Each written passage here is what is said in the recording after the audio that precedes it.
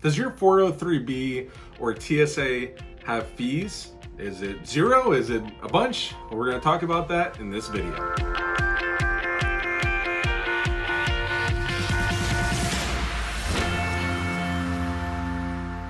Now, if you're not familiar with what a 403B is, we're going to go ahead and post the video here where we talk about what a 403B or TSA is. But basically, it's a 401k, similar to a 401k, but for teachers and for people who work at school boards and then nonprofits. So we'll see a lot of hospitals have it, charities, those types of things. Now, are there fees inside of your 403B? And I would say most often, 80% plus of the time, yes, there are fees. So a 403B also stands for a tax sheltered annuity. The other word for it is a TSA, a tax sheltered annuity. And so there can be, doesn't mean it has to be annuity. There can be annuities, there can be mutual funds, there can be fixed accounts, variable. So it all depends on what you have. So let's kind of break it down. The first type of account that can be a 403B is a fixed annuity. Now, fixed annuities typically will not have any fees. They're fixed. So you're not going to pay fees. They just pay you an interest rate, and then the company takes the money and reinvests it and tries to make a profit. But some fixed annuities can, especially if they make you add on riders, income riders or death benefit riders, there can be fees on fixed annuities. My recommendation, if you're using a fixed annuity, especially in a 403B, you probably don't want to pay fees because it's probably going to eat away at most of your interest nowadays with interest rates so low. Also, same thing goes with fixed index annuities. Then there can be variable annuities. Now, we did a video on variable annuities. I'm going to link it there.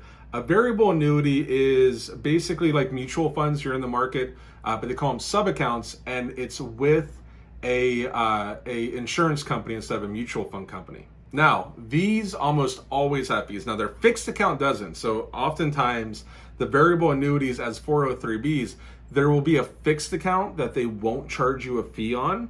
And some of these fixed accounts can be really good. So don't be scared off just because it's a variable annuity. If you want a fixed account, sometimes the fixed accounts inside the variable annuities are better than the fixed accounts inside the fixed accounts. I know it's crazy.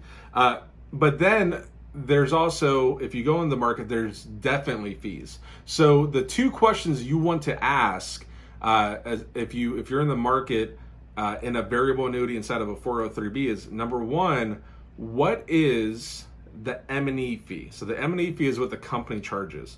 Usually we see anywhere between 0.5 to 1.5, I'd say an average of about 1.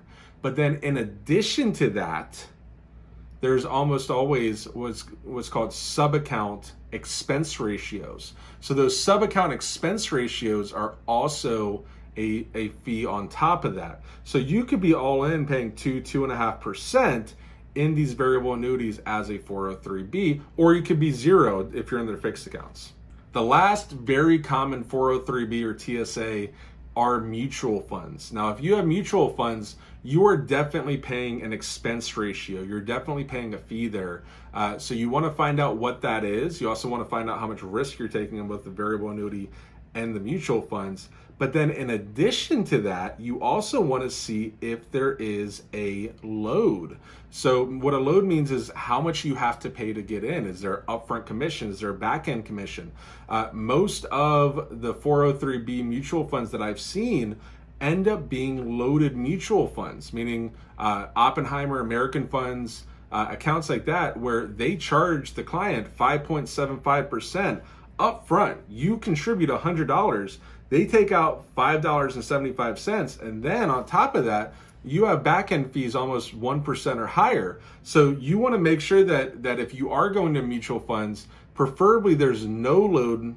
They're no load funds. They're not A, B, or C. They're no load funds, and then they have low expense ratios. Especially if you're young, that's going to be the difference between being able to retire comfortably. Sometimes that'll be the difference between being able to retire comfortably and barely having enough. So make sure that you know how much you're paying. And I would say probably 80% of the time you are going to be paying fees. So just make sure you know what those are. And now you have the questions on who to ask. And my other recommendation is call the company. So if you're with ABC company, don't call your agent and ask. call the company and ask, because they have to read you off the prospectus and everything else, and that'll give you a quick and honest answer, and then you won't have to worry for a callback and maybe not getting the full story. Thank you so much for watching my video. If you want more information about retirement and investing, making money easy, you can go ahead and click here. Or if you'd like to subscribe, it really helps the channel. And then you also get updates when we release new information. You can click here to do that. Thank you so much. Hope you have a great day.